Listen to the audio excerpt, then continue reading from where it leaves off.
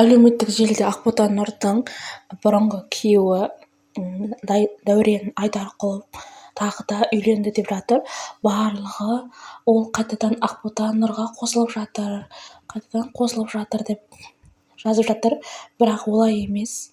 Ақбота Нұрдың өзі ол бұрынғы күйеуіне бақыт тілеп жазғаны тағы да TikTok парақшасында, Instagram парақшасында шықты. Негізі осы әншілерді түсінбеймін. Неге екінші қатын, үшінші қатын немесе тоқал немесе екінші бай, үшінші байға тие береді екен. Бір рет бастан өткеннен кейін неге қоя қоймайды екен? Бойдақ болып жүре бермей ме екен? Екінші, үшінші, төртінші болып кетіп жатыр. Мінекей Дәуреннің жаңа әйелі бұл да қатын алғыш екен. Шыңғысханның ұрпағы дерсіз. Шыңғысханда неше қатын алды ғой. Бұл да соның ізін қуып жатыр. Не де болса бақыт тілеймін. Ал сіздер қалай ойлайсыздар? Шынымен де Дәурен Айдарқұлов Ақбота Нұрға үйленді ме? Әлде басқа келіншек алды ма екен? Комментарияға жазып кетіңіздер. Бақыт тілеп кетіңіздер. Сіздерден күтетін боламын.